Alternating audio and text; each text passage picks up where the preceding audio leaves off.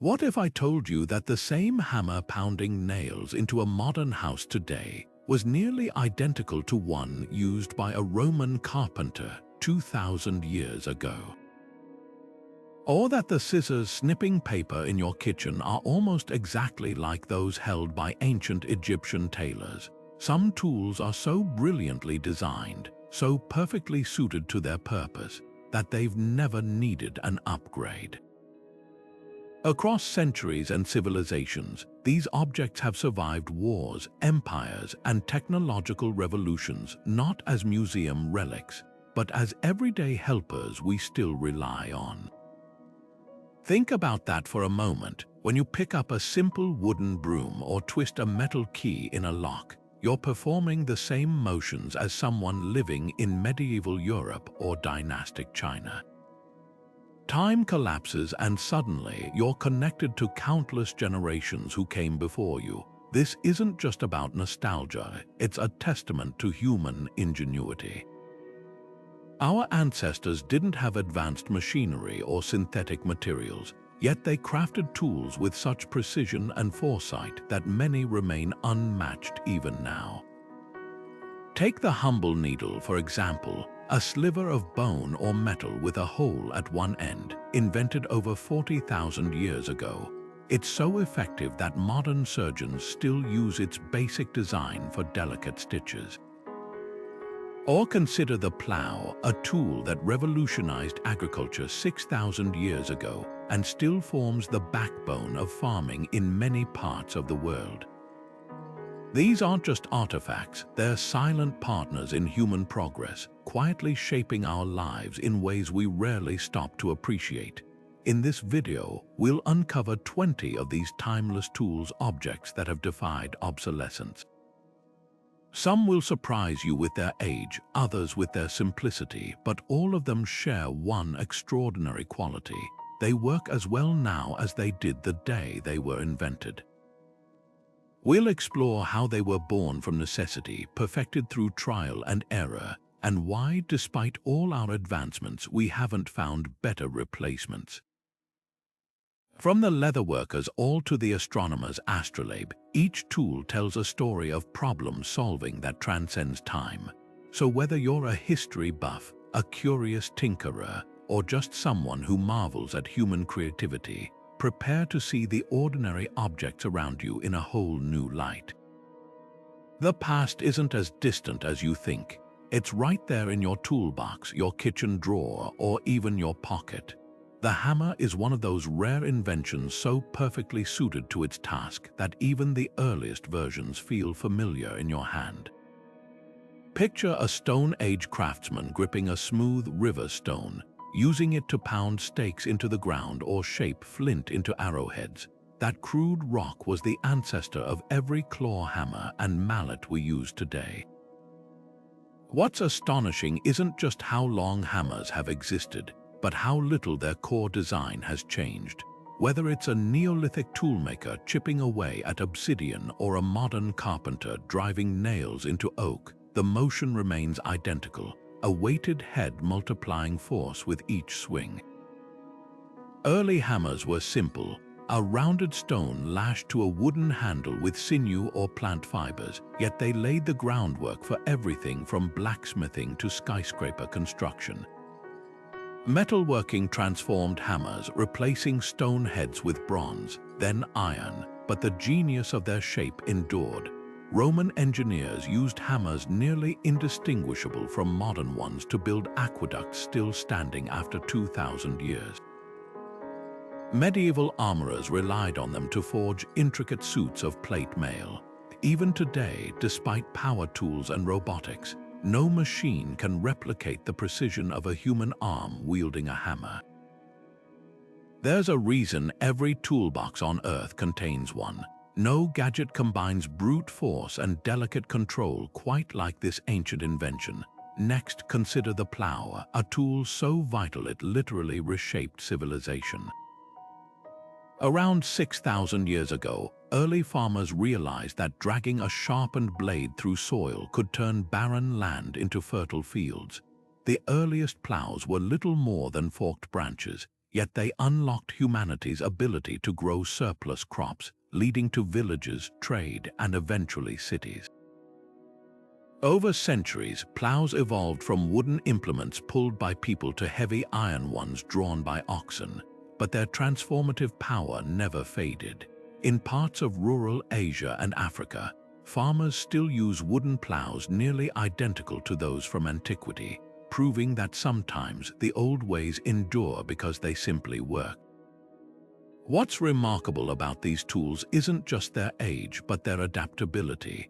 A Roman hammer could drive a nail today. An Egyptian plow could till a field tomorrow.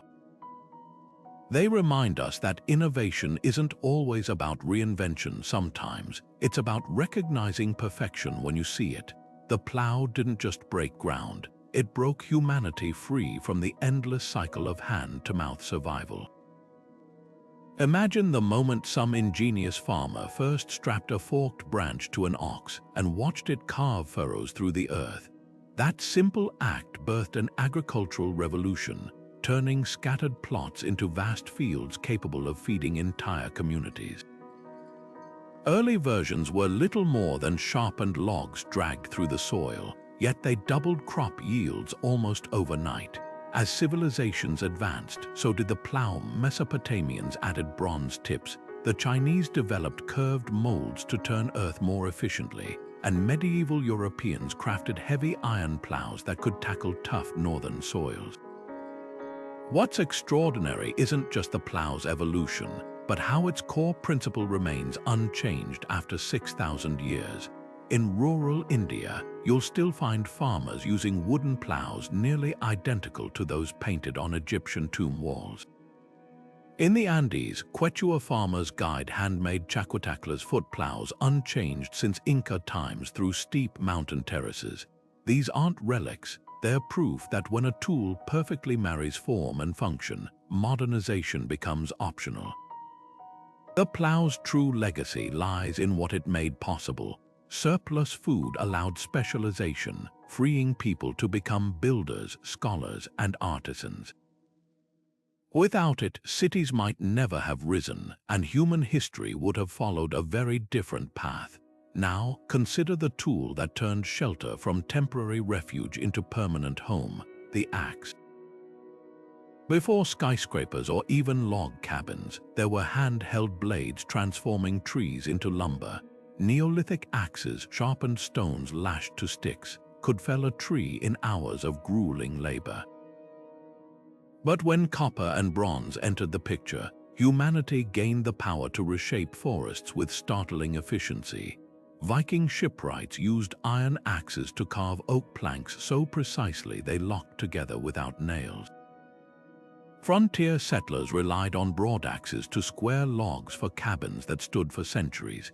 Even today, despite chainsaws and hydraulic splitters, nothing matches the precision of a skilled woodworker wielding a well-balanced axe. The axe's brilliance lies in its dual nature. It's both destroyer and creator. The same swing that cleaves a trunk can hew it into beams, furniture, or fuel. Early carpenters discovered that varying the blade's angle and weight produced tools for specific tasks. Slender hatchets for detailed carving, massive splitting mauls for firewood. This versatility ensured its survival across millennia. Modern versions with fiberglass handles and alloy heads may look different, but the motion, that clean, arcing blow remains identical to what our ancestors used to build everything from Stonehenge's monoliths to the rooftops of Kyoto's temples. Few tools carry such symbolic weight. The axe appears in creation myths from Finland to Polynesia, often as a gift from the gods. It's been a status symbol for warriors, a sacred object for priests, and the backbone of countless trades. Yet at its heart, it's still just a sharp edge meeting wood with purposeful force, a reminder that sometimes the simplest solutions endure because they speak a universal language of function. Whether shaping a canoe or kindling a campfire, we're participating in a ritual older than written history. The chisel might seem like a humble tool, just a sharpened metal blade with a handle, but its impact on human civilization is monumental. Picture an Egyptian artisan in the sweltering heat of Giza, patiently tapping a copper chisel against limestone to carve hieroglyphs that would endure for millennia. Or a medieval stonemason in France, using the same basic tool to shape the delicate tracery of a cathedral's rose window. What's astonishing isn't just the chisel's age dating back over 5,000 years, but how its fundamental design has resisted change. Whether it's an ancient Sumerian craftsman incising cuneiform into clay tablets or a modern woodworker refining a mahogany table leg, the principle remains identical. A controlled strike transforms raw material into something purposeful and beautiful. Early chisels were simple, flint or bronze blades wedged into wooden handles, yet they unlocked humanity's ability to sculpt, build, and record. The Parthenon's marble friezes, the intricate ivory carvings of Ming Dynasty China, even the towering obelisks of Rome, all were born from the repetitive tap of a mallet against a chisel's head. What makes this tool extraordinary is its duality. It's both brutal and delicate. With enough force, it can split stone. With careful precision, it can etch patterns finer than a human hair. This versatility ensured its survival across cultures and epochs. Michelangelo famously said he could see the angel in the marble and simply carve until he set it free. His tool of choice, a chisel nearly identical to those used by his ancient predecessors. Today's chisels may boast tungsten carbide tips or ergonomic grips, but the technique remains unchanged. Watch a Japanese master carpenter shaping a joint for a temple restoration, or a conservator repairing a Renaissance-era statue, and you're witnessing a tradition that spans centuries. The chisel's endurance is a testament to the irreplaceable value of human touch. No laser or robot can replicate the intuitive interplay between hand, eye, and blade. It's a tool that demands patience and skill, rewarding mastery with the power to leave a mark, quite literally, on history. Now, let's turn to another ancient companion, one that's been sizzling in kitchens since the dawn of civilization, the mortar and pestle. Imagine a Neolithic cook grinding wild grains into flour between two stones, or an Ayurvedic healer in ancient India crushing herbs to release their medicinal properties. This simple pair, a bowl and a club, has been a culinary and scientific staple for over 35,000 years, outlasting countless kitchen gadgets. From the marble mortars of Pompeii to the volcanic stone versions still used in Mexican molcajits today, the design is universal because it works. The rhythmic grinding motion unlocks flavors and textures that blenders and food processors often flatten, which is why chefs from Bangkok to Paris still reach for this ancient duo when crafting signature dishes. What's striking about the mortar and pestle is how it bridges the sacred and the everyday. Apothecaries relied on it to prepare life-saving medicines. Home cooks used it to pound spices for family meals. The tactile process of grinding, feeling seeds crackle and release their oils, watching colors deepen as ingredients meld, creates a connection to food that modern appliances can't replicate. In a world obsessed with speed, this tool reminds us that some transformations can't be rushed. Whether it's Thai curry paste, Italian pesto, or West African peanut stew, the mortar and pestle prove that sometimes the oldest methods yield the richest results. Its persistence in professional kitchens and home pantries alike speaks to a deeper truth. Technology can't always improve perfection. A 2,000-year-old Roman mortar would function just as well today as it did in an imperial kitchen, and in some cases it still does. Archaeologists have found well-worn mortars in ruins across the Mediterranean, their bowls stained with the ghosts of long-ago meals. When we use this tool, we're not just preparing food, We're participating in a ritual that has nourished humanity since before the pyramids rose. The mortar and pestle don't just crush ingredients, they collapse time, linking us to generations of hands that ground, pounded, and created with the same simple motions. Next, we'll explore a tool that's been weaving civilization together literally since the first fibers were twisted into thread. The mortar and pestle isn't just a kitchen tool, it's a time machine. Press your hands into the smooth curve of a well-worn mortar, and you're touching the same surfaces that once held remedies for Babylonian feasts, Egyptian perfumes, and medieval apothecary cures. This humble pair, a bowl and its pounding companion, has outlived empires because it solves a universal need, transforming the unyielding into the useful.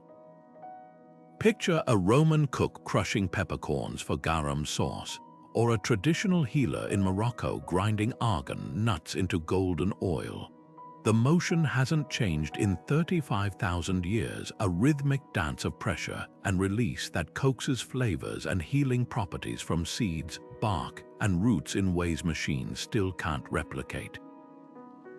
Ancient versions ranged from rough granite to elegant marble, like the ones found in Pompeii's kitchens, stained with traces of long evaporated sauces. The Greeks even believed Asclepius, their god of medicine, prescribed remedies prepared exclusively with a mortar and pestle. There's science behind the myth. Grinding releases volatile oils and compounds more effectively than chopping or blending, which is why modern pharmacists still use the principle for compounding medicines. But it's in the kitchen where this tool truly shines. Thai chefs swear by the granite kaatroc and sak for releasing the citrusy punch of lemongrass and the fiery depth of bird's eye chilies in their curry pastes, flavors electric blenders often dull. Italian nonnas insist pesto made in a mortaio captures the bright essence of basil in a way no food processor can match. What's fascinating is how this ancient tool bridges the gap between ritual and practicality. In Mexico's markets, molcajits, volcanic stone mortars passed down through generations, still grind roasted tomatoes and chilies for salsa that tastes of smoke and earth. Japanese suribachi bowls lined with ridges turn sesame seeds into fragrant goma dare with a texture no store-bought version achieves. The mortar and pestle demand patience, engaging all five senses, the sound of spices cracking, the scent of cumin blooming under pressure, the tactile feedback of texture shifting beneath the pestle. In an age of instant gratification, it teaches a forgotten truth: some transformations can't be hurried. Even today, high-tech kitchens in Michelin-starred restaurants keep mortars on hand, not for nostalgia but for results. Molecular gastronomy hasn't improved upon the mortar's ability to emulsify or extract. A 2,000-year-old Roman design could sit beside a modern induction stove and perform flawlessly, proof that innovation isn't always about replacing the old, but recognizing when it's already perfect. Now let's turn to a tool that has shaped not just materials but human expression itself, the loom. For thousands of years, this intricate framework of wood and thread has turned raw fibers into tapestries, clothing, and even historical records. Imagine a Neolithic weaver interlacing reeds by a fire, or the clatter of shuttles in a medieval workshop producing fabrics that became currency, art, and armor. The loom's genius lies in its binary simplicity: warp and weft, over and under, yet its possibilities are infinite. From the delicate silks of China's dynasties to the bold Kent cloth of West Africa, every culture has imprinted its identity onto the loom's grid. Early versions were little more than branches holding taut threads, but by the time of ancient Egypt, looms had become sophisticated enough to weave linen so fine it was translucent. The Vikings used them to create sails that carried them across oceans. The Incas wove knotted quippers that recorded data without writing. What's remarkable is how the loom's basic mechanics remain unchanged.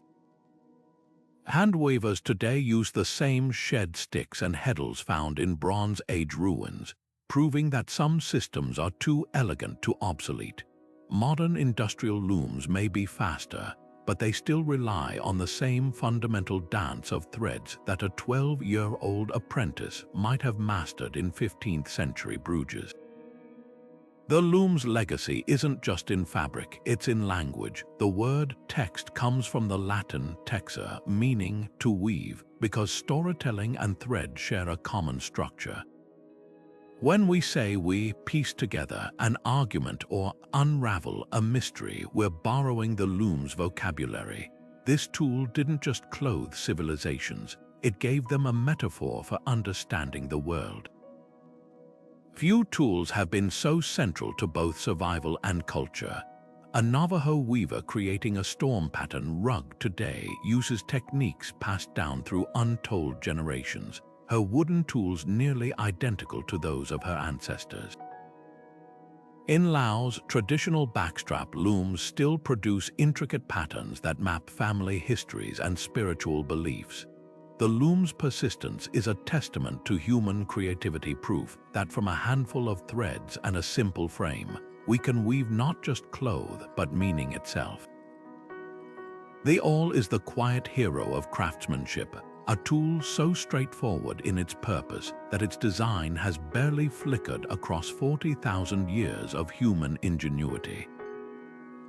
Picture a Paleolithic artisan crouched by firelight, pressing a sharpened bone through animal hide to stitch together the world's first leather garments. Now fast forward to a modern cobbler's workshop, where a steel awl pierces through Italian leather with the same deliberate motion. This unassuming pointed rod, barely longer than a finger, bridges epochs because it solves a universal problem: how to create clean, controlled holes without tearing delicate materials. Early versions were carved from flint or antler, yet they performed as effectively as today's polished metal counterparts. What makes the awl extraordinary isn't just its longevity, but its irreplaceable role in trades where precision trumps speed. Bookbinders rely on it to prick parchment for needle and thread, ensuring centuries-old manuscripts remain intact. Leatherworkers use it to prep holes for stitching saddles or wallets, where a machine's punch might fray edges. Even in an age of laser cutters and hydraulic presses, the awl endures because it offers something technology can't replicate: tactile feedback. A skilled hand feels the moment the tip breaches material, adjusting pressure to avoid splitting wood grain or overstretching fabric. This intimate control is why awls still grace the toolkits of violin makers, sailmakers, and even surgeons' fields where a millimeter's deviation matters. Consider the shoemaker's awl, its curved needle honed to glide through layers of sole and upper leather. The finest dress shoes in Milan or Tokyo are still assembled with its help, each stitch placed by hand to allow flexibility no machine can duplicate. Or the scribe's awl used by medieval monks to score guide lines into vellum before inking letters, a practice calligraphers emulate today for flawless script. The tool's adaptability is staggering. Inuit artists employ bone awls to etch walrus ivory. Japanese artisans use them to weave bamboo into baskets so tight they hold water. This isn't just about utility, it's about legacy. When a leatherworker teaches an apprentice to angle an awl just so, they're passing down motions unchanged since the Bronze Age. The awl's persistence whispers a truth about human ingenuity. Sometimes the most elegant solutions are born not from complexity, but from understanding exactly how much or how little a tool needs to do its job perfectly. Now meet a tool that has turned soil into sustenance since the dawn of agriculture, the sickle. Unlike the awl's pinpoint precision, this curved blade thrives on broad, sweeping strokes, yet it shares the same timeless efficiency. Imagine Neolithic farmers in the Fertile Crescent grasping wooden handles fitted with razor-sharp flint teeth, slicing through wild grains with motions that would feel familiar to a modern wheat harvester. The sickle's crescent shape is no accident. It concentrates force into a single arc, allowing a reaper to gather stalks with one hand while cutting with the other. This simple innovation revolutionized food production, enabling communities to harvest crops faster than they could be eaten, leading to the first granaries and, ultimately, civilization itself. Early sickles evolved from jagged stones lashed to branches to bronze blades honed like crescent moons. Roman farmers swung iron versions that would look right at home in today's Amish fields. What's remarkable is how the tool's form remained consistent across cultures, from the Japanese kama to the Indian darat, each adapting the curve to local crops without altering the fundamental design. Even as mechanized combines dominate commercial farming, the sickle persists in vineyards, rice paddies, and backyard gardens where machinery can't reach. Its endurance is a testament to the beauty of purpose-driven design. When a tool harmonizes perfectly with the human body and the task at hand, it becomes immortal. The sickle story isn't just agricultural, it's cultural. It appears in the hands of the Grim Reaper and the Soviet flag, symbolizing both mortality and collective labor. Yet at its heart, it remains what it always was, a humble blade that helped humanity tame nature's abundance, one graceful swing at a time. The sickle's crescent blade is a masterpiece of ergonomic design, shaped by countless generations of hands gathering sheaves of wheat, barley, and rice. That graceful curve isn't just for aesthetics. It allows the tool to hug stalks close, slicing them cleanly with minimal effort. Picture a Mesopotamian farmer 6,000 years ago, gripping a flint-toothed sickle as golden fields rippled in the wind. Now fast forward to a present-day vineyard worker in Italy, using a nearly identical blade to trim grapevines. The tool's longevity isn't accidental. It's the result of a perfect marriage between form and function. Early versions lashed sharpened stones to wooden handles, but when bronze and iron emerged, the sickle's potential exploded. Roman harvesters swung iron sickles with blades so finely honed they could slice through stems with a whisper. What's fascinating is how the sickle adapted to local needs without losing its essence. In Japan, the kama's short handle and steep curve made it ideal for rice paddies. In the Andes, the crescent-shaped tadula doubled as a digging stick and harvest tool. Even today, where combines roar through vast wheat fields, the sickle hasn't vanished. It thrives in terraced rice fields too steep for machines, in organic farms where delicate hands must selectively harvest herbs, and in rituals like Bali's ceremonial rice cutting. This tool's persistence reveals an enduring truth. Some tasks demand the human touch. A machine might harvest faster, but it can't replicate the sickle's silent dance through the stalks. The way a skilled reaper feels each plant's resistance and adjusts their swing accordingly. Beyond practicality, the sickle carries symbolic weight. It's etched into the zodiac as a sign of harvest, wielded by deities from the Greek titan Cronus to the Celtic goddess Tailtiu. Yet its greatest legacy lies in the quiet moments: a subsistence farmer in Ethiopia gathering teff grass at dawn, or a gardener in Provence trimming lavender with rhythmic sweeps. The sickle reminds us that progress doesn't always mean replacement. Sometimes it means honoring tools so finely tuned to their purpose that they transcend time. Now let's turn to a tool that has shaped civilizations as literally as it has shaped wood: the plane.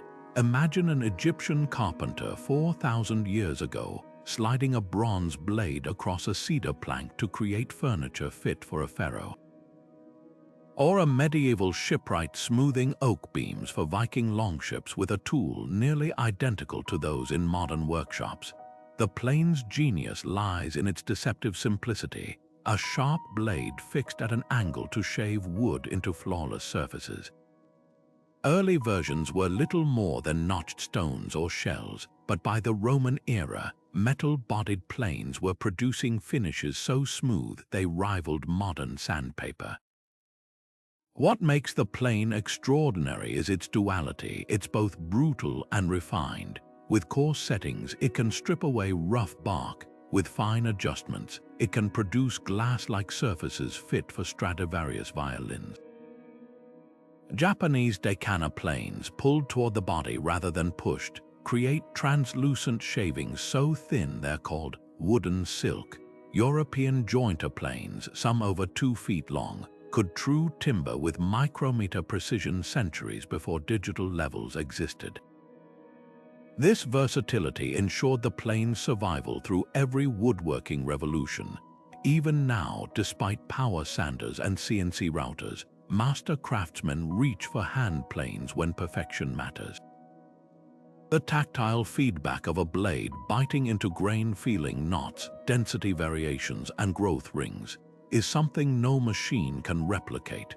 The plane's legacy isn't just in furniture or architecture, but in the very idea of precision. Before industrialization, it taught us that surfaces could be flawlessly flat, edges razor-sharp, and joints seamless. From the carved screens of Mughal palaces to the birchwood cabins of Finnish forests, this tool quietly elevated raw timber into artistry. When a modern woodworker tunes a plane's mouth to a hair's width or sharpens its iron to a mirror finish, they're participating in a ritual unchanged since the pyramids rose, proving that some tools don't just shape materials, they shape mastery itself. The saw is one of humanity's oldest cutting companions, a tool so fundamental that its earliest versions were little more than serrated shark teeth or flint edges dragged through wood. Imagine an Egyptian carpenter along the Nile 4,000 years ago, patiently working a copper-bladed saw back and forth to shape cedar planks for a pharaoh's tomb. Or a Roman shipbuilder using an iron-framed saw to cut oak beams for warships that would dominate the Mediterranean. What's astonishing isn't just the saw's age, but how its core mechanics have remained unchanged. A row of jagged teeth biting into material, each one acting like a tiny chisel to carve a path forward. Early versions were crude obsidian flakes lashed to wooden handles or bronze blades that required sand abrasives to stay sharp, yet they laid the groundwork for everything from medieval timber framing to modern plywood factories. What makes the saw extraordinary is its endless adaptability. The same basic principle birthed tools as varied as the Japanese ryoba, a double-edged blade for both rip and crosscuts, and the massive pit saws wielded by 2 men in colonial America to turn logs into lumber. Viking craftsmen used narrow bow saws to carve intricate ship figureheads, while Renaissance cabinet makers relied on fine-toothed veneer saws to slice wood thinner than paper. Even today, despite laser cutters and CNC machines, nothing replaces the tactile control of a hand saw for delicate work. Listen to the rhythmic rasp of a Dazuki saw in a Tokyo workshop, trimming a joint to hair-width precision, and you're hearing the same sound that echoed through ancient Egyptian shipyards. The saw's evolution mirrors human ingenuity itself.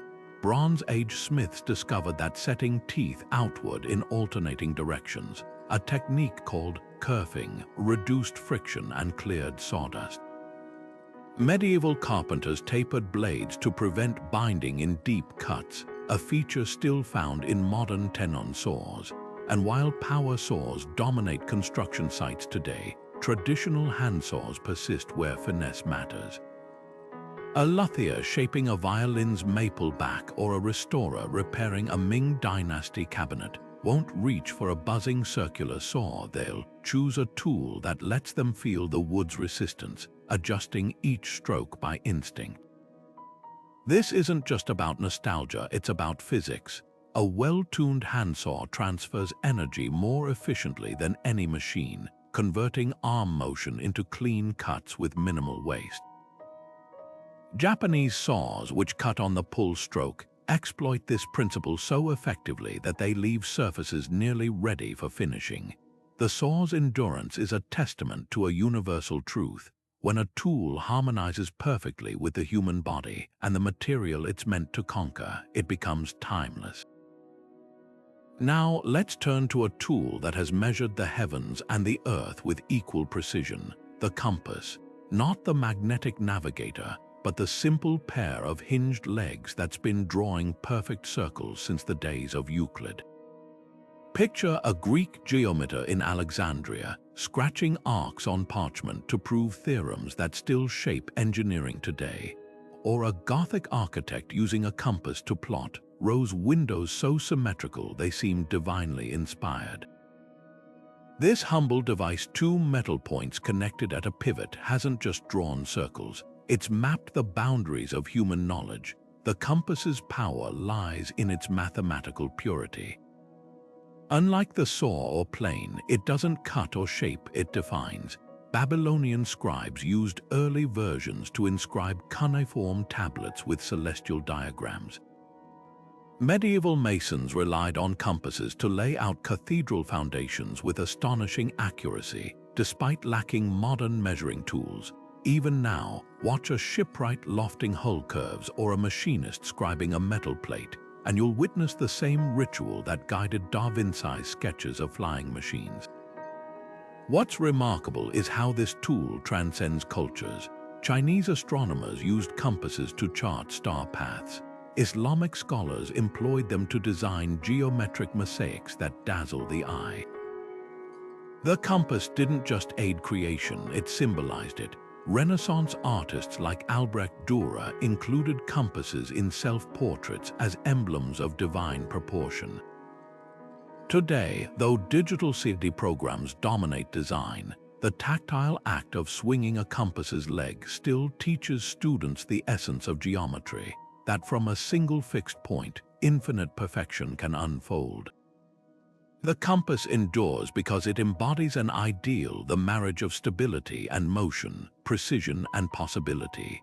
Whether etching orbits on an astronomer's chalkboard or guiding a child's first attempt at a snowflake drawing, it remains a silent partner in humanity's oldest quest to bring order to chaos, one perfect arc at a time.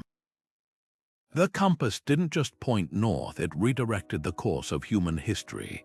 Picture a Chinese navigator during the Han Dynasty, over 2,000 years ago, watching a spoon-shaped lodestone pivot mysteriously to align with unseen forces. This simple observation that certain minerals naturally orient themselves would evolve into a tool that unlocked the oceans. Early compasses were humble things, magnetized needles floating in bowls of water or balanced on pins, yet they gave sailors something previous generations never had: a reliable guide when clouds hid the stars or storms erased the horizon. What's astonishing isn't just the compass's invention, but how rapidly it transformed global trade and exploration. Arab merchants carried versions of these south-pointing fish devices along the Silk Road, while Viking traders may have used sunstones and crude magnetic guides to traverse the North Atlantic. By the time of Columbus, compasses had become sophisticated enough to account for magnetic variation, the subtle difference between true north and magnetic north that had bewildered earlier mariners. The tool's impact was seismic. It allowed Portuguese caravels to venture down the African coast, guided Chinese treasure ships across the Indian Ocean, and ultimately stitched together continents through trade routes. Yet the compass's real brilliance lies in its paradox. While GPS satellites now pinpoint locations to within centimeters, this ancient tool remains indispensable. A seasoned mountaineer knows electronics can fail in blizzards or deep canyons, but a well-balanced compass needs only Earth's magnetic field, a force that's endured for billions of years. Modern versions, like the prismatic compass used by surveyors or the robust baseplate models favored by hikers, are refinements of principles understood since the Song dynasty. Even astronauts train with compasses as backup navigation for lunar expeditions, proving some technologies are too fundamentally sound to retire. Beyond practicality, the compass became a metaphor for moral direction in literature, for discovery in exploration narratives. Dante placed one in the hands of his divine guide in the Paradiso. Renaissance maps framed worlds with compass roses symbolizing possibility. Today, when a scout learns to shoot an azimuth or a sailor corrects for deviation, they're participating in a tradition that spans from medieval Arab astrolabes to smartphone apps emulating magnetic needles. The compass endures because it represents something deeper than utility, the human yearning to find one's place in the world, whether charting uncharted seas or simply finding the trail home. Now let's turn to a tool so commonplace we rarely consider its ancient pedigree, the broom. This humble bundle of fibers has been sweeping hearths and floors since at least the Bronze Age, yet its design is so effective that modern versions differ only in materials. Imagine a Mesopotamian housekeeper using palm fronds to clear dust from packed earth floors, or a medieval European shaking out ashes with a birch twig besom. The broom's genius lies in its modular simplicity. Stiff fibers fastened to a handle create thousands of tiny contact points, allowing a single sweeping motion to capture debris across a wide area. Early brooms were often tied with vine or leather strips, their bristles naturally splaying to trap dirt. The Shakers perfected the flat broom design in the 19th century, but the underlying concept predates written history. What's remarkable is how regional variations emerged based on available materials: coconut fibers in tropical climates, sorghum straw in agrarian societies, even horsehair for delicate surfaces like tatami mats. Today's plastic bristle brooms may seem far removed from these ancestors, but the motion remains identical. That familiar back and forth rhythm that clears space both literally and psychologically. The broom's persistence speaks to a universal truth: some tasks resist automation. Robotic vacuums navigate floors, but nothing replaces the targeted control of a handheld broom whisking sawdust from a workshop corner or leaves from a porch. It's a tool that demands physical engagement, turning cleaning into a kind of kinetic meditation. Across cultures, brooms have also carried symbolic weight, warding off evil in African traditions, marking new beginnings in Japanese New Year rituals. When we sweep, we're not just cleaning, we're echoing an ancient human impulse to impose order on our surroundings, one stroke at a time. The needle is one of humanity's quietest revolutions, a sliver of bone, metal, or plastic that stitched together not just fabrics but civilizations. Picture a Paleolithic woman threading sinew through a hollowed-out bone needle to assemble hides against the cold, her fingers moving with the same basic motion a modern seamstress uses to create haute couture. What's staggering isn't just the needle's age. Ivory needles dating back 40,000 years have been found in Siberian caves, but how its essential form remains unchanged.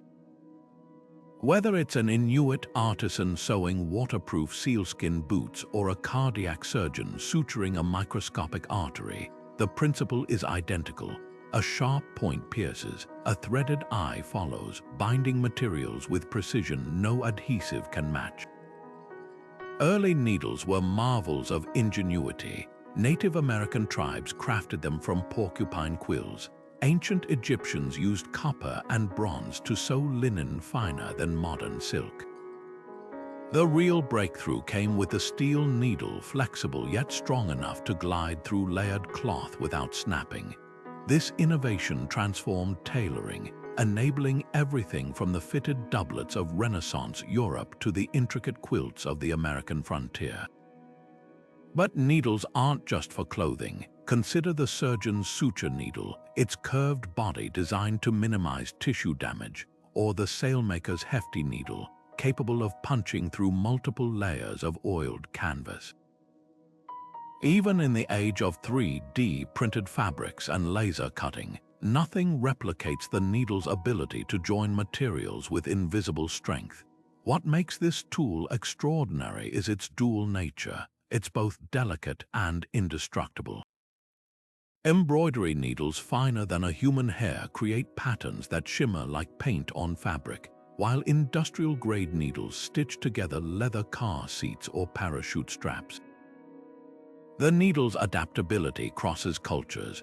Japanese sashiko needles reinforce workwear with decorative stitches. Moroccan artisans use them to embroider bridal veils with metallic threads, and Tibetan monks sew sacred texts into accordion-folded pages. This isn't just craft, it's a language of connection, one tiny puncture at a time. Now meet a tool that has shaped both landscapes and legends, the wedge. Simple in concept, a tapered object that concentrates force yet revolutionary in impact.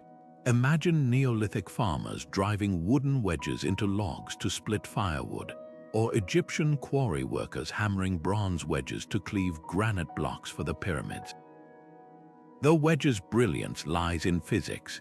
Its sloping sides convert horizontal blows into vertical force, allowing humans to conquer materials far harder than their tools. Early wedges were likely stumbled upon by accident, a cracked stone revealing its splitting potential, but once understood, they became indispensable. From throws that rive lumber to the humble doorstop that holds portals against the wind, wedges permeate daily life. Modern versions include the splitting maul's hardened steel edge and the delicate shims that level skyscrapers, but the principle remains pure Bronze Age ingenuity. Even your teeth, the incisors that bite into an apple, are biological wedges, proving nature perfected this tool long before humans arrived. The wedge's legacy is a reminder that sometimes the most powerful solutions are the ones that let physics do the heavy lifting. The axe isn't just a tool, it's humanity's oldest leverage against nature's stubbornness. Picture a Neolithic hunter-gatherer gripping a sharpened river stone lashed to a branch, transforming deadfall into firewood and saplings into shelter. That crude implement sparked a revolution, allowing early humans to reshape their environment with unprecedented control. Fast forward to a modern lumberjack swinging a forged steel splitting maul, and the motion remains unchanged, a weighted blade concentrating force into a single, decisive arc. What's astonishing isn't just the axe's longevity, dating back over 1.5 million years to early hand axes, but how its evolution mirrors our own. Early versions were simple pebbles with one sharpened edge, but by the Bronze Age, artisans were casting socketed axe heads that slid seamlessly onto handles, a design still used today. The axe's brilliance lies in its adaptability. Viking shipwrights used slender broadaxes to shape oak planks with strokes so precise they needed no sanding. Frontier settlers relied on felling axes with curved bits that bit deeper with each swing, clearing forests for homesteads. Even now, despite chainsaws and hydraulic splitters, professional foresters keep axes strapped to their packs for limbing and bucking tasks where nothing matches the control of a well-balanced blade. Modern versions may boast fiberglass handles or shock-absorbing polymers, but the physics remain identical to what Bronze Age woodsmen understood. A longer handle increases swing speed, a heavier head delivers deeper penetration, and the perfect convex grind allows the blade to cleave wood fibers without sticking. But the axe's legacy extends beyond utility. It appears in creation myths from Finland's Kalevala to Polynesian oral traditions, often as a divine gift. It's been a status symbol for Celtic warriors, a sacred implement for Shinto priests, and the backbone of countless trades from coopering to shipbuilding. Today, wilderness survival instructors teach axe skills not as historical curiosities but as essential knowledge, because when technology fails, this ancient tool still delivers warmth, shelter, and security. Whether it's a Japanese carpenter's delicate hatchet trimming joinery or a firefighter's Pulaski axe clearing brush during wildfires, the axe proves that some designs achieve perfection early. Now, let's turn to a tool that has measured human progress as literally as it's measured materials, the ruler. Unlike the axe's brute force, this slender strip of marked precision represents civilization's shift from rough estimation to exact standards. Imagine an Egyptian architect along the Nile 4,000 years ago, running a palm-length cubit rod along limestone blocks to ensure perfect pyramid geometry. Or a medieval mason using an iron yardstick to lay out cathedral foundations accurate to within fractions of an inch across acres of terrain. The ruler's quiet genius lies in its ability to translate abstract concepts like length into universal, repeatable units, a breakthrough that made large-scale cooperation possible. Early rulers were based on body parts the width of a thumb, the span of a hand, but as trade expanded, standardized measures became crucial. The Romans carved their foot-long pes into marble, while Chinese artisans used bamboo strips marked in precise fen and kun. What's remarkable is how these ancient systems endure.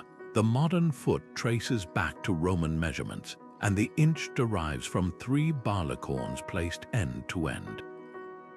Even today, despite laser calipers and digital protractors, a well-made steel ruler remains indispensable in workshops worldwide. Watch a Japanese sword polisher checking blade curvature with a wooden sun e-cubit ruler, or a luthier using a graduated straightedge to set a violin soundpost, and you're witnessing metrology traditions stretching back millennia. The ruler's true impact lies beyond measurement. It enabled replication. Without standardized lengths, there would be no interchangeable parts, no assembly lines, no microchips. From the precisely spaced columns of the Parthenon to the nanometer scale features on silicon wafers, humanity's greatest achievements rest on this simple tool's ability to make equal more than just an idea. When a child lines up a ruler's edge to draw a straight line, they're participating in a ritual that once built empires, proving that some tools don't just measure progress, they create it. The ruler didn't just measure length, it measured civilization's progress from guesswork to precision. Along the banks of the Nile 4,000 years ago, Egyptian architects ran polished cubit rods, typically the length from elbow to fingertip across limestone blocks, ensuring each piece fit seamlessly into pyramids that still stand today. These early rulers weren't just sticks with marks, they were sacred objects, their units tied to the pharaoh's body as a divine standard. In Mesopotamia, merchants used wooden rulers marked in fingers and palms to measure cloth and grain, turning trade from haphazard bartering into calculated exchange. What's astonishing isn't just their antiquity, but how these ancient systems echo in modern life. Your standard 12-inch ruler, its subdivisions trace back to the Roman uncia, meaning 1/12 of a foot, while the metric system's decimal precision finds roots in Chinese decimal rulers from the Shang dynasty. Early rulers were as much art as tool. Ivory rulers from the Indus Valley bear intricate inlays, while a surviving Egyptian cubit rod in the Louvre is carved with hieroglyphs linking measurement to cosmic order. The Greeks and Romans advanced the concept further. Architects used bronze rulers with sliding markers to calculate proportions for temples based on harmonic ratios. This marriage of math and beauty reached its peak in the Middle Ages, when masons folding rulers, often made of boxwood with brass hinges, became prized possessions passed down through guilds. The marks on these tools weren't just practical, they encoded generations of building wisdom with special notations for golden ratios and load-bearing stresses. Fast forward to today, and the ruler's role has expanded far beyond straight lines. Microengineers use atomic force microscopes with rulers calibrated in nanometers, while surgeons rely on millimeter-graded osteotomes to make precise bone cuts. Yet in classrooms worldwide, children still learn math by aligning the edge of a plastic ruler to paper, just as Babylonian scribes did on clay tablets. The ruler's endurance lies in its unique duality. It's both democratic and elite. A basic school ruler costs pennies, yet the most accurate measuring devices ever made, like interferometers used in chip manufacturing, are essentially hyper-precise rulers costing millions. Now, let's turn to a tool that has seasoned civilizations as much as it has seasoned food, the mortar and pestle. This dynamic duo has been crushing, grinding, and blending since at least 35,000 years ago, when Paleolithic cooks used hollowed stones to pulverize grains into the world's first flour. Picture a bustling Roman kitchen where a marble mortar pounds garlic and pine nuts into pesto, or an Ayurvedic healer in ancient India grinding turmeric and neem leaves into healing pastes. The mortar and pestle's genius lies in its brutal simplicity, a bowl to hold, a club to smash, yet it unlocks flavors and textures no electric appliance can replicate. What makes this tool extraordinary is its universal language. From the Thai granite kaitrok crushing lemongrass for tom yum soup to Mexican molcajits releasing the smoky depth of roasted chilies, every cuisine has its signature version. The Japanese suribacha's ridged interior turns sesame seeds into velvety tahini with a few twists, while West African cooks use giant wooden mortars to pound yams into stretchy fufu. Even modern chemistry labs rely on agate mortars to prepare sensitive compounds, proving this ancient tool's precision is truly timeless. The mortar and pestle don't just blend ingredients, they fuse tradition with innovation, one rhythmic grind at a time. The knife is far more than a simple cutting tool. It's one of humanity's earliest and most enduring companions. Picture a Paleolithic hunter carefully chipping a flint blade to butcher game, or an Inuit artisan shaping a walrus tusk into a curved ulu for slicing seal meat. These early knives weren't just tools, they were lifelines transforming raw materials into food, shelter, and clothing. What's remarkable isn't just their age. Sharpened stone blades date back over 2.5 million years, but how their core design persists. Whether it's a Japanese sushi chef's razor-sharp yanajiba or a Swiss Army knife's compact versatility, the principle remains unchanged. A controlled edge meeting resistance with precision. Early knives were marvels of ingenuity. Obsidian blades honed to a molecular edge could rival modern surgical steel in sharpness, a fact some surgeons are rediscovering for delicate procedures. The Bronze Age introduced metal blades, but it was the Iron Age that revolutionized knife making, with Viking blacksmiths forging pattern-welded blades so strong they became legendary. Fast forward to today, and knives have evolved into specialized marvels, ceramic blades that never dull for high-end kitchens, titanium folding knives for astronauts, and even laser-etched scalpels for microsurgery. Yet for all these advances, a well-made carbon steel knife from the 19th century could still outperform most budget options on store shelves today. What makes the knife extraordinary is its universality. Every culture has imprinted its identity onto this tool. The Nepalese kukri, with its forward curved blade, chops through jungle undergrowth as effortlessly as it defends. The Filipino balisong flips open with balletic precision, while the French chef's knife balances weight and agility for everything from julienning herbs to disjointing poultry. Even the humble pocket knife, a staple of farmers and scouts for centuries, embodies this adaptability. It's a screwdriver, a can opener, and a wood carver all in one. Beyond utility, knives carry profound symbolism. They've been ceremonial objects in Japanese coming-of-age rituals, status symbols for Georgian warlords, and sacred implements in Aztec sacrifices. A knife's edge divides not just materials but moments the hunters kill from the feast, the raw from the cooked, the craft from the craftsperson. In an age of disposable everything, a well-maintained knife becomes an heirloom, its edge honed over decades like the skills of the hands that wield it. When a bladesmith folds steel into Damascus patterns or a whittler carves a spoon from birch, they're participating in a dialogue that began when the first flint sparked against stone. Now let's turn to a tool that has shaped both art and industry with equal elegance, the chisel.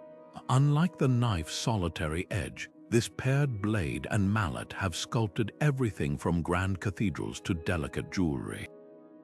Imagine a medieval stonemason in Chartres tapping a steel chisel to release angels from limestone, or a Ming Dynasty artisan carving lacquer where so thin it glows.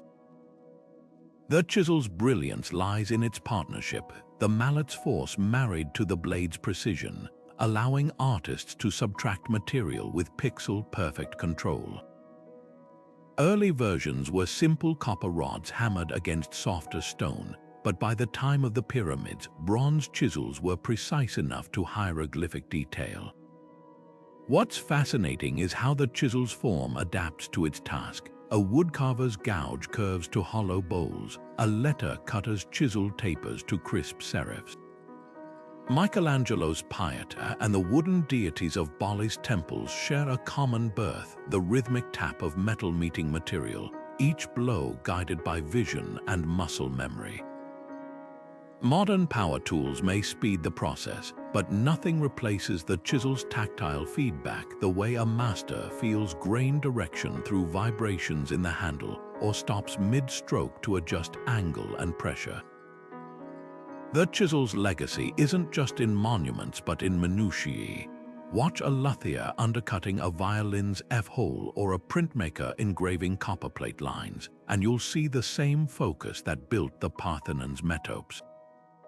This tool teaches patience. A single misstrike can ruin hours of work, but also courage, as every cut is irreversible.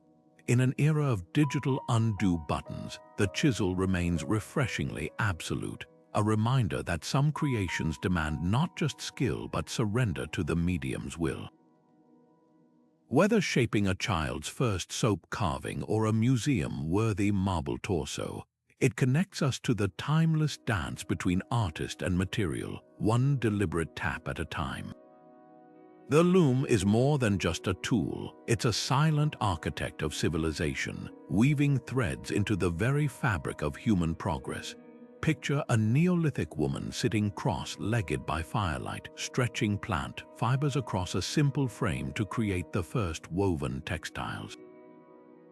Fast forward to the clattering jacquard looms of the Industrial Revolution, their punch cards foreshadowing modern computing, and you'll see how this humble device has spun innovation alongside cloth. Early looms were little more than branches lashed together, yet they unlocked humanity's ability to transform flax, wool, and silk into sails that crossed oceans, tapestries that told stories, and garments that defined cultures. What makes the loom extraordinary is its dual legacy, both utilitarian and artistic.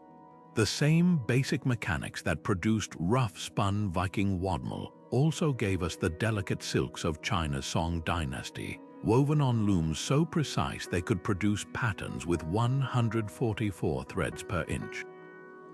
In Peru, Andean weavers still use backstrap looms nearly identical to those of their Inca ancestors, creating textiles encoded with tribal histories in their geometric motifs. Meanwhile, in India's Varanasi, master weavers work pit looms to produce brocades so heavy with gold thread that they shimmer like liquid metal, a technique unchanged since Mughal emperors commissioned them. The loom's evolution mirrors human ingenuity. Egyptian horizontal looms from 4000 BC allowed weavers to create linen finer than modern cotton, while medieval European draw looms introduced complex imagery into fabrics, turning cloth into canvas. But perhaps no innovation was as revolutionary as the flying shuttle, which in the 18th century accelerated weaving speeds exponentially, helping spark the factory system. Yet for all our mechanization, handlooms endure where tradition matters. Watch a Navajo weaver in Arizona working an upright loom, her fingers dancing between warp threads to create storm pattern rugs, or a Japanese artisan weaving obi sashes on a wooden takahata, and you'll witness a dialogue between hands and threads that predates written language. This tool's true magic lies in its binary simplicity: warp and weft, under and over, yet its possibilities are infinite. From the flax weavings wrapping Egyptian mummies to the carbon fiber looms crafting spacecraft components today, the loom has never stopped reinventing itself. When a modern textile artist threads a computerized loom with conductive yarn to create smart fabrics, they're standing on the shoulders of generations who understood that intertwined threads could build more than cloth, they could weave the future.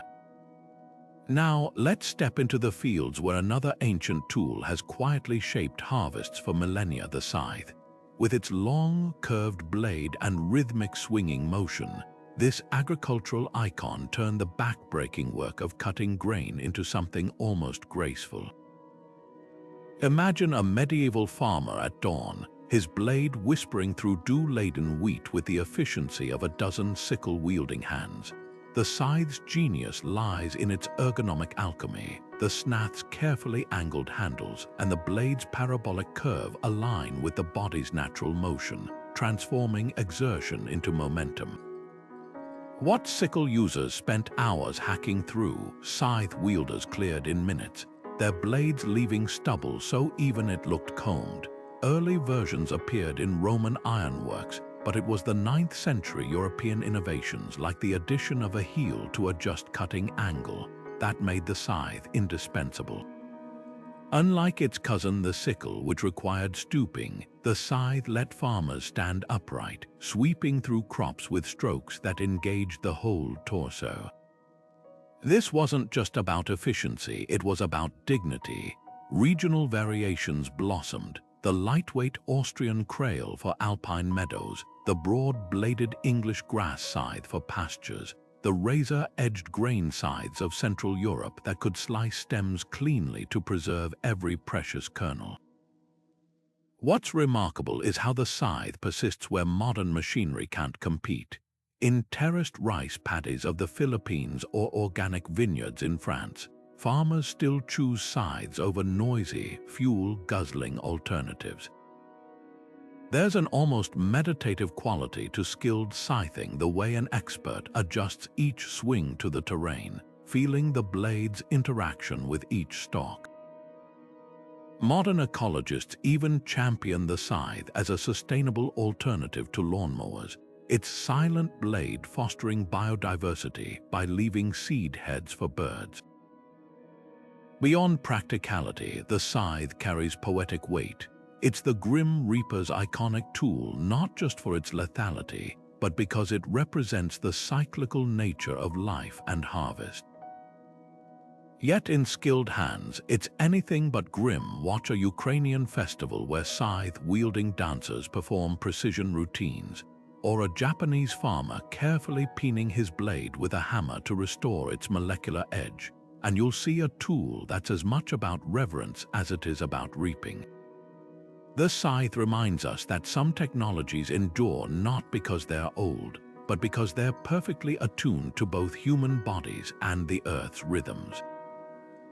The hoe is agriculture's unsung hero, a tool so fundamental that its absence would rewrite human history. Picture a Neolithic farmer along the Tigris River 6,000 years ago, dragging a sharpened antler tied to a branch through the soil, breaking ground for the world's first cultivated crops. That crude implement ignited the agricultural revolution, allowing humans to transition from nomadic foraging to settled farming.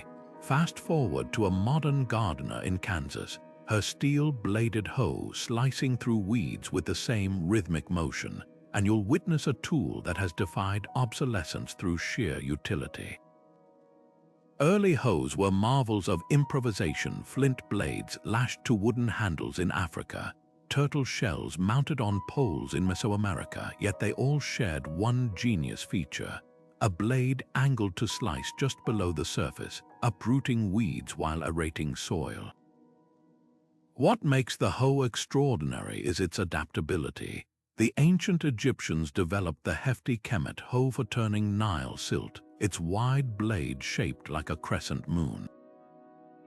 Chinese rice farmers crafted the chan, a flat-bladed version ideal for paddies, while the Aztecs used the koa, a fire-hardened digging stick that doubled as a planting tool. Even today, regional variations persist: the Italian zappa with its chisel-like edge for rocky soils, or the lightweight collinear hoe favored by organic farmers for precision weeding. This isn't just about nostalgia. Modern soil science confirms the hoe's superiority in certain tasks. Its shallow cutting preserves soil microbiology disrupted by deep plowing, and its manual operation eliminates the compaction caused by heavy machinery. Beyond practicality, the hoe carries cultural weight. In West Africa, it appears in creation myths as a gift from the gods. Japanese tour festivals celebrate rice planting hoes as sacred objects. Yet its true legacy lies in the quiet moments: a subsistence farmer in the Andes breaking ground at dawn, or a suburban gardener tending raised beds. The hoe endures because it represents something deeper than efficiency: a direct connection between human hands and the earth. No tractor or herbicide can replicate the tactile feedback of a well-balanced hoe biting into soil, the instant judgment of angle and pressure that separates nurturing from harm. Now let's turn to a tool that has carved both history and beauty with equal precision: the engraver's berin. Unlike the hoe's broad strokes, this slender steel chisel operates on a microscopic scale, yet its impact spans civilizations. Imagine a Sumerian scribe 4,000 years ago pressing a copper berin into wet clay to record the world's first written contracts, or a Renaissance goldsmith like Cellini using a berin's diamond-shaped tip to chase intricate designs into precious metals. The berin's brilliance lies in its deceptive simplicity: a hardened steel rod sharpened to a razor point, yet capable of producing lines as delicate as a spider's thread or as bold as cathedral engravings. Early versions were flint or obsidian flakes, but the Bronze Age transformed berins into precision instruments. Egyptian artisans used them to hieroglyphic perfection on tomb walls, while medieval armorers engraved heraldic designs with strokes thinner than a hair. What's astonishing is how little the tool has changed. Modern printmakers working on copper plates or glass etchers crafting smartphone components use berins nearly identical to those in Dura's studio. The berin demands absolute mastery. A single slip can ruin hours of work, but rewards it with unparalleled control. Watch a Japanese shakudo craftsman incising feather patterns on alloyed metal, or a currency engraver perfecting the microscopic lines that thwart counterfeiters, and you'll see a tool that bridges art and industry.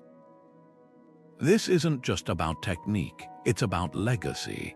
When a contemporary artist pulls a berin across linoleum to create a woodcut, they're participating in a tradition that gave us everything from Gutenberg's Bible to Picasso's prints. The berin's endurance reminds us that in an age of laser etchers and 3D printers, some forms of expression still demand the human hand, each engraved line carrying the weight of history and the spark of individuality. The drill is one of humanity's oldest revolutions, a tool that turned brute force into precision with nothing more than a spinning point. Picture an Egyptian artisan 4,000 years ago gripping a bow-driven drill between their palms, twisting it back and forth to bore holes in carnelian beads for a pharaoh's necklace.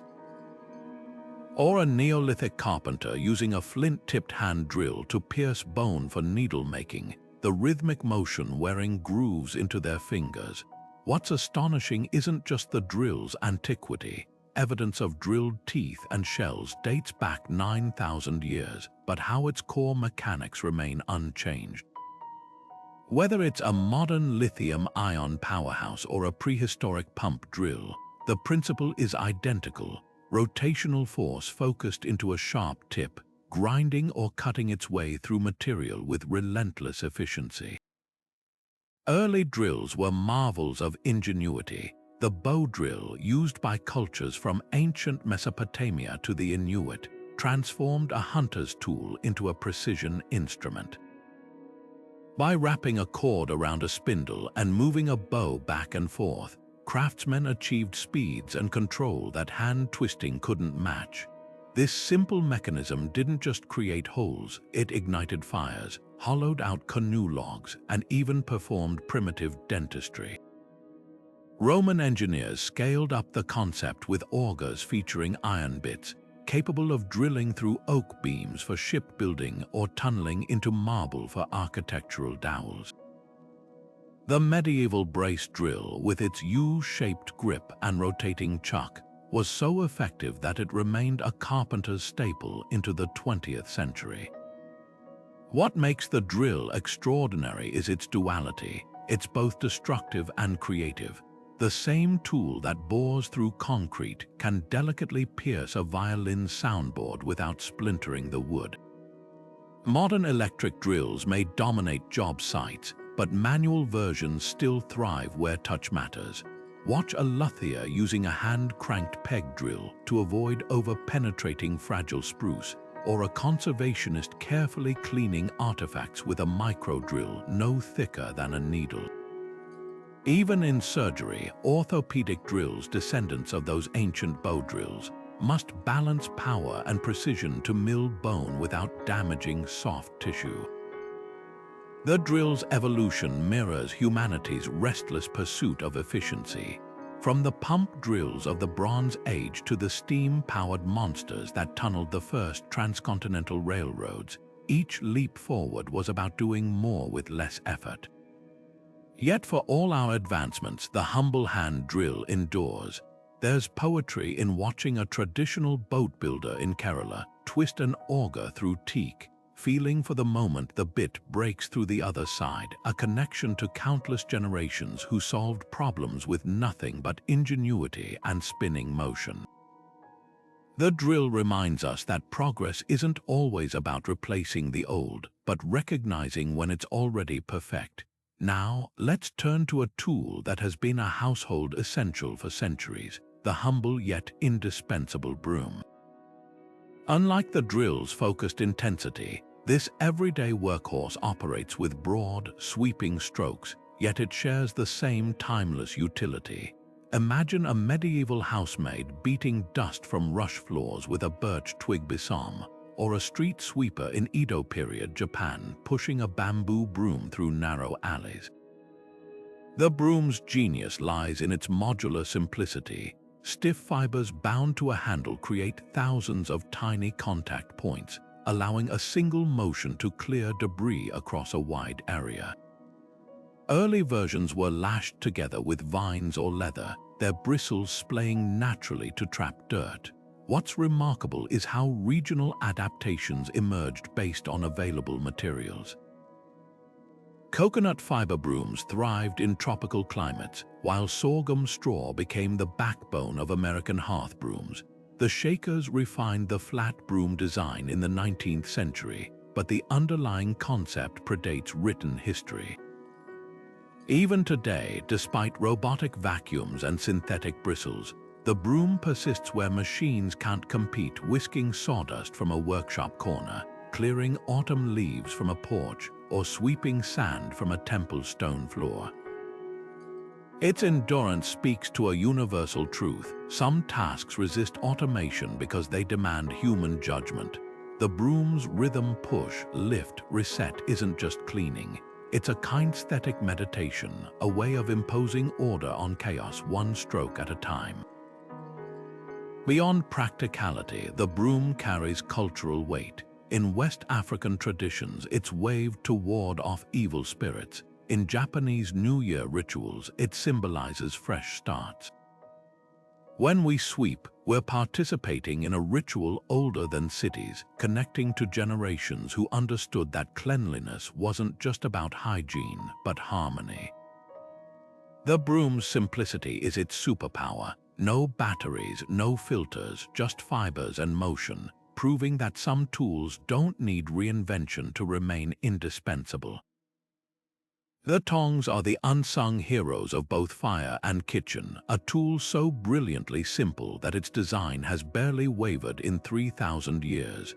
Picture a Hittite blacksmith in Anatolia around 1500 BC, gripping a pair of bronze tongs to pull glowing metal from a forge, the heat shimmering off the metal just inches from his hands. Now fast forward to a modern chef flipping steak on a grill with stainless steel tongs, and you'll see the same fundamental motion, two arms pivoting at a hinge, multiplying the strength of human fingers to grasp what bare skin cannot. Early tongs were likely born from necessity, a way to handle hot coals or molten metal without injury, but their utility quickly spread. Archaeologists have found iron tongs in Roman villas used for tending household fires, and delicate bronze versions in Egyptian tombs, possibly for ritual purposes. What makes tongs extraordinary is their adaptability. Blacksmiths relied on heavy, scissor-like forged tongs to hold red-hot iron, while medieval apothecaries used slender, tweezer-style versions to handle delicate glass vials of medicine. The same basic principle birthed tools as varied as sugar tongs for Victorian tea parties and the massive pincers used to position stone blocks in Gothic cathedrals. Modern kitchens showcase this versatility: spring-loaded tongs for tossing salads, silicone-tipped ones for non-stick pans, and extra-long barbecue tongs for keeping flames at bay. Even in laboratories and factories, specialized tongs handle everything from radioactive materials to fragile silicon wafers, proving this ancient tool's design is endlessly scalable. The tong's genius lies in their mechanical honesty. Unlike pliers or wrenches, which rely on complex jaws for grip, tongs trust the user's hand strength. This simplicity makes them nearly fail-proof. No gears to jam, no teeth to wear down. Watch a blacksmith shaping a Damascus steel blade or a sushi chef arranging delicate nigiri, and you'll see the same intuitive control, fingers adjusting pressure instinctively, the tool becoming an extension of the body. Regional variations emerged organically: Italian pasta tongs with wooden paddles to avoid tearing fresh noodles, Moroccan charcoal tongs with elongated handles for outdoor ovens, yet all honor the original purpose: to bridge the gap between human dexterity and hazardous heat. Beyond practicality, tongs carry cultural weight. In Japanese tea ceremonies, bamboo tongs called hibashi handle ceremonial charcoal with ritual precision. Norse myths depict dwarven smiths using magical tongs to forge Thor's hammer.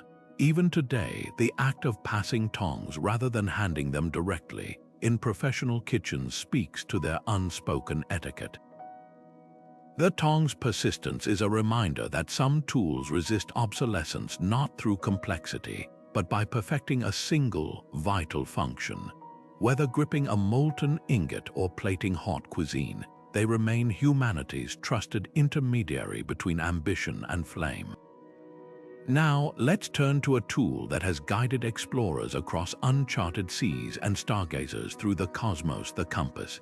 Unlike the tong's physical grip, this navigational marvel harnesses Earth's invisible forces to point the way forward. Imagine a Song Dynasty sailor off the coast of China 1,000 years ago, watching a magnetized needle floating in a bowl of water align mysteriously with the north.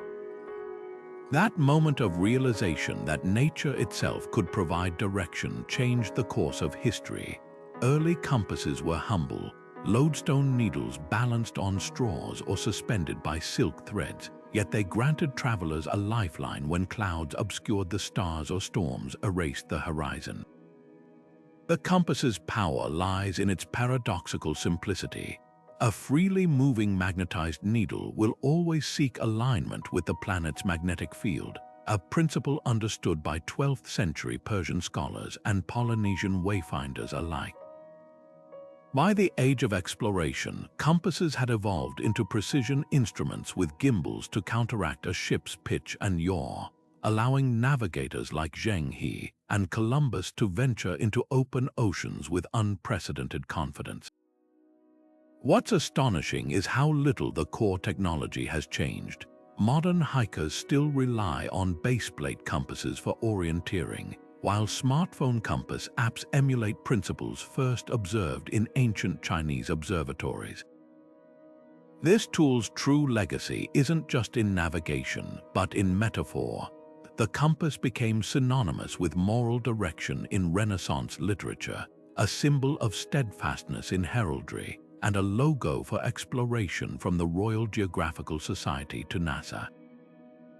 When a backcountry skier checks a compass during a whiteout or a marine biologist tracks ocean currents, they're participating in a tradition that spans from Viking sunstones to atomic magnetometers, proving that some tools don't just show us where we are, but remind us how to find our way.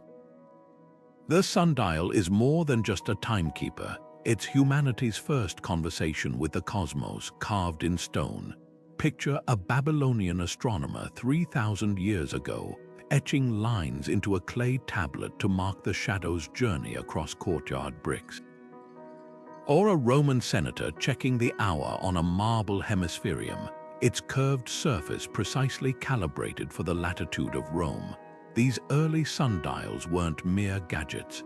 They were revolutionary achievements that transformed the abstract concept of time into something visible, measurable, and universally understandable. What's astonishing isn't just their antiquity. Egyptian obelisks functioned as primitive sundials as early as 3500 BCE, but how their designs blossomed across cultures. From the intricate ivory diptychs carried by medieval scholars to the monumental equatorial sundials in Jaipur's Jantar Mantar, each civilization imprinted its genius onto this solar clock. The sundial's magic lies in its elegant simplicity, a gnomon, that protruding part casting the shadow, and a marked surface became humanity's first classroom for celestial mechanics. Ancient Greek dials featured complex curves accounting for seasonal solar variations, while Chinese sundials during the Han Dynasty incorporated lunar cycles. Some of the most sophisticated were Islamic shepherd's dials, portable enough for desert travel yet accurate to within minutes. Even today, modern astronomers marvel at the precision of Renaissance sundials like the one in Bologna's Basilica of San Petronio, which not only told time but predicted equinoxes and solstices with cathedral-scale grandeur. What's remarkable is how sundials transcended practicality to become cultural touchstones. They appear in Plato's dialogues as metaphors for life's fleeting nature, and in Shakespeare's sonnets as symbols of mortality. Yet their scientific legacy is equally profound. Sundials taught us Earth was round through varying shadow lengths at different latitudes, helped standardize timekeeping before mechanical clocks, and even aided navigation. Modern versions still grace gardens and public squares worldwide, not as relics, but as living lessons in astronomy. Watch a child tracing shadows on the helical sundial at the Greenwich Observatory, or a historian recreating a Viking sun compass for experimental archaeology, and you'll witness time's oldest teacher still at work. Now, let's shift from measuring time to shaping space with a tool that has built civilizations from the ground up, the trowel. This unassuming flat blade with a handle has been the mason's trusted ally since the first bricks were stacked in ancient Mesopotamia.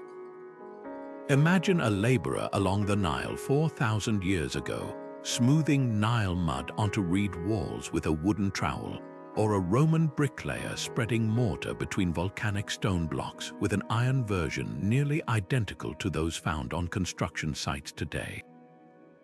The trowel's genius lies in its dual role. It's both sculptor and surgeon, capable of spreading material with broad strokes or fine-tuning joints with millimeter precision. Early trowels were shaped by necessity. Bronze Age versions found in Crete feature distinctive squared-off tips for working with gypsum mortar, while medieval European trowels had curved edges for shaping cathedral stonework. Modern archaeology reveals how regional styles emerged: the triangular trowels of Mughal architects perfecting Delhi's red sandstone, or the pointed, London pattern trowels that built Victorian brick terraces. What makes this tool extraordinary is its irreplaceable touch. Despite concrete pumps and laser leveling systems, nothing replicates the human hand guiding a trowel to feather edge plaster or butter a brick's bed face. A master mason can sense mortar consistency through the blade's vibration, adjusting pressure instinctively, a skill no machine can replicate. Beyond construction, trowels carry unexpected legacies. They've been ceremonial objects in Freemasonry, symbols of cultivation in agrarian societies, and even forensic tools for archaeologists delicately uncovering lost cities. When a modern stonemason taps a trowel's edge to trim excess mortar at Windsor Castle's restoration, or a gardener transplants seedlings with a hand-forged stainless steel trowel, they're wielding a design so perfected by time that it has resisted obsolescence. The trowel's endurance reminds us that some tools don't just build structures, they bridge generations, one careful stroke at a time. The level is one of those rare tools that turns guesswork into geometry, a device so fundamental that the pyramids might literally owe their straight edges to its ancient ancestors. Picture an Egyptian architect along the Nile 4,000 years ago, laying a water-filled reed tube across limestone blocks, watching the liquid settle to confirm perfect horizontality. That simple principle that water always finds its level became the bedrock of monumental architecture, from the Parthenon's fluted columns to the Great Wall's serpentine ramparts. Early levels were marvels of minimalist design, hollowed wooden frames with water channels, or bronze frames with plumb bobs for vertical alignment. Yet their precision was astonishing. Roman engineers used these tools to build aqueducts with gradients as slight as 1 foot per mile, ensuring water flowed effortlessly across continents. What makes the level extraordinary isn't just its age, but its unbroken relevance. Modern spirit levels, with their glowing vials of alcohol and bubble indicators, operate on the same physics as those ancient water tubes. The difference lies in portability and precision. A medieval cathedral builder might have used a 2-meter-long wooden level with a central groove for water, while today's carpenter relies on a pocket-sized aluminum version with 3 vials for horizontal, vertical, and 45-degree checks. Yet both share the same goal: to translate the abstract concept of straight into something tangible. The level's true genius lies in its adaptability. Stonemasons use torpedo levels to check tight joints, while surveyors employ laser levels to map entire construction sites. Even in space, NASA engineers adapted leveling principles to ensure lunar modules landed on stable ground. But perhaps its most poetic application is in Japanese woodworking, where traditional craftsmen sometimes forego modern levels entirely, trusting instead to the centuries-old Mizubari technique, water in a trough, to align temple beams. This isn't nostalgia, It's proof that some tools achieve such perfection in their earliest forms that innovation becomes optional. Now, let's turn to a tool that has been a symbol of craftsmanship and utility for millennia, the humble yet mighty mallet. Unlike the level's silent precision, this blunt force instrument speaks the language of impact, yet shares the same timeless elegance. Imagine a Sumerian woodworker 6,000 years ago, striking a copper chisel with a hardwood mallet to carve intricate furniture for a royal palace. Or a Renaissance sculptor like Donatello, using a rawhide mallet to coax delicate contours from marble without shattering it. The mallet's brilliance lies in its controlled brutality, a weighted head designed to deliver force without the sharp edges that could damage tools or materials. Early mallets were likely born from necessity, a rounded stone lashed to a handle to avoid bruising hands during prolonged work, but their evolution reveals cultural ingenuity. Egyptian carpenters used mallets with heads made from dense acacia wood, while Chinese joiners favored persimmon wood for its shock-absorbing properties. The Romans perfected the malleus, a dual-purpose mallet with one flat face for striking and another wedge shaped for splitting stone. What's fascinating is how specialized mallets became. Coopers used barrel-shaped mallets to assemble casks without denting staves, while bookbinders employed tiny bone-headed mallets for gilding edges. Modern versions continue this legacy. A neurosurgeon's mallet, for instance, taps titanium rods into spinal vertebrae with calibrated force, while a luthier's rounded hammer adjusts a piano's action without leaving marks. Even in the digital age, the mallet endures where nuance matters. Watch a Japanese tsuchime artisan texturing metal with a hammer's precise dents, or a stone conservator reciting a medieval gargoyle with taps softer than a heartbeat. The mallet's persistence whispers a universal truth. Sometimes progress isn't about replacing force, but refining its delivery. Whether shaping a violin's cherry, wood back, or driving a dowel into centuries-old oak, this tool reminds us that impact, when measured, can be an art form.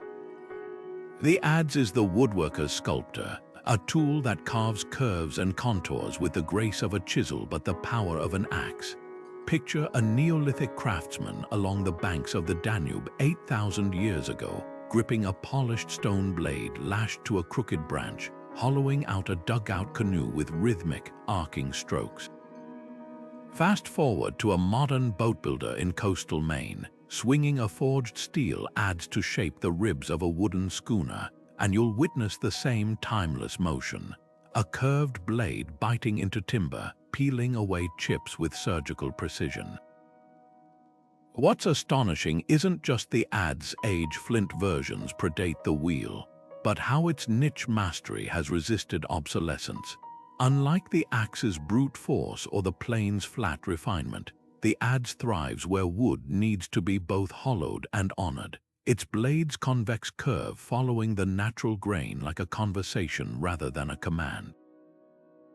Early adzes were triumphs of regional ingenuity. Pacific Islanders lashed basalt blades to hardwood handles to carve iconic outrigger canoes, while Egyptian shipwrights used copper adzes to fashion cedar planks for solar barges meant to carry pharaohs into the afterlife. The Bronze Age elevated the tool's potential, with socketed adze heads that could tackle everything from coffin making to temple construction. But perhaps no culture refined the adze like the Japanese, where the chauna, a heavy, hoop-handled version, became the soul of traditional timber framing. Watch a master carpenter in Kyoto shaping a hinoki beam for a shrine restoration, each stroke leaving a telltale scalloped texture called adze marks, and you'll see a dialogue between tool and material that borders on artistry. What keeps the adze alive today isn't nostalgia, but irreplaceable functionality. Modern power tools struggle to replicate its unique blend of strength and subtlety. A skilled adze wielder can transform a rough-hewn log into a smooth bowl or a ship's keel with fewer strokes than a chainsaw and far less waste. In Greenland, Inuit carvers still use the ulu, a descendant of the adze, to shape driftwood into masks, while Appalachian chairmakers rely on foot adzes to carve seat scoops in hickory. Even in high-tech industries, adze-like tools appear. Aerospace engineers use rotary adzes to contour composite materials, and prosthetic limb makers adapt their techniques to sculpt lifelike forms. The adze's secret lies in its duality. It's both primitive and precise. Neolithic versions might lack the polished steel of modern iterations, but the underlying physics remain identical. A well-balanced adze leverages the swing's momentum to shear wood fibers cleanly, avoiding the splintering that plagued early saws. Its curved blade also allows for astonishing control. Tilt the angle slightly mid-swing, and you transition from rough shaping to fine finishing without switching tools. This adaptability made it indispensable across continents. From the toki adzes of Maori warriors, passed down as heirlooms, to the doob adzes of West Africa, used to carve ceremonial drums that still echo with ancestral voices. Now let's turn to a tool that has been a universal emblem of resilience, the anvil.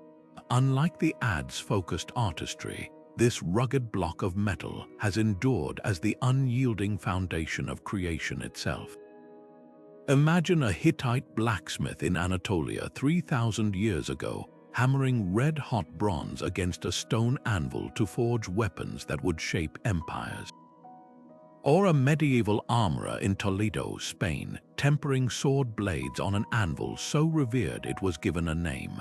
The anvil's brilliance lies in its brutal simplicity, a flat surface to resist, a horn to curve, and a mass to absorb.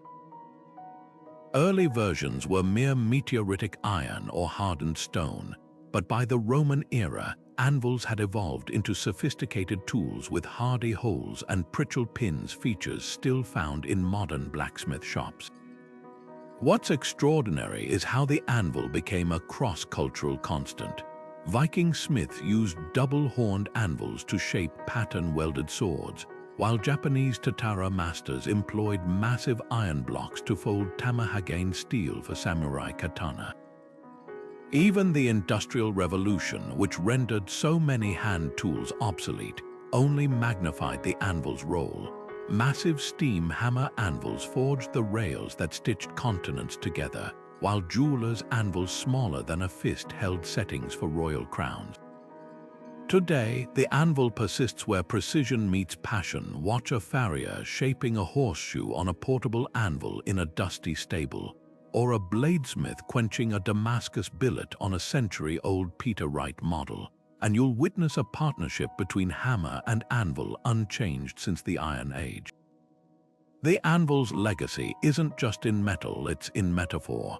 It's the symbol of steadfastness in Proverbs, the emblem of Hephaestus in mythology, and the literal foundation of civilizations built on steel. When a modern blacksmith anneals a knife blade by the glow of a coal forge, the anvil beneath it carries the weight of history, proving that some tools don't just shape materials, they anchor the very act of transformation. The anvil is the silent partner to every hammer strike, a tool that doesn't move, yet makes movement possible. Imagine a Mesopotamian metalsmith 4,000 years ago, crouching over a slab of meteoritic iron, pounding copper ingots into the world's first tools. That crude stone or metal block was the ancestor of every modern anvil, from the massive forged steel ones in industrial foundries to the compact jeweler's versions that fit in the palm of a hand. What's astonishing isn't just its age. Anvils predate written history, but how its fundamental role has never been replaced. Whether it's a Japanese swordsmith folding tamahagane steel or a farrier shaping a horseshoe for a racehorse, the anvil remains the unchanging foundation of transformation. Early anvils were shaped by necessity. Neolithic smiths used flat river rocks, while Bronze Age craftsmen worked on bronze slabs with raised edges to form bracelets and axe heads. But the real revolution came with iron. The Hittites, masters of ironworking, created anvils with hardy holes and horns, features still essential today. The hardy hole holds specialized tools for bending or punching, while the rounded horn allows for crafting curves in metal. Roman anvils took this further, some weighing over 200 pounds, their surfaces polished smooth by countless strikes. Viking blacksmiths prized double-horned anvils for forging pattern-welded swords, their twisting layers of steel revealing the anvil's role as both canvas and collaborator. What makes the anvil extraordinary is its duality. It resists and responds. A well-made anvil doesn't just absorb blows, it rebounds energy, helping the smith work with less effort. The sweet spot, or face, is hardened steel, often tempered to withstand decades of abuse without denting. Beneath that lies a softer iron body, chosen for its ability to dampen vibrations.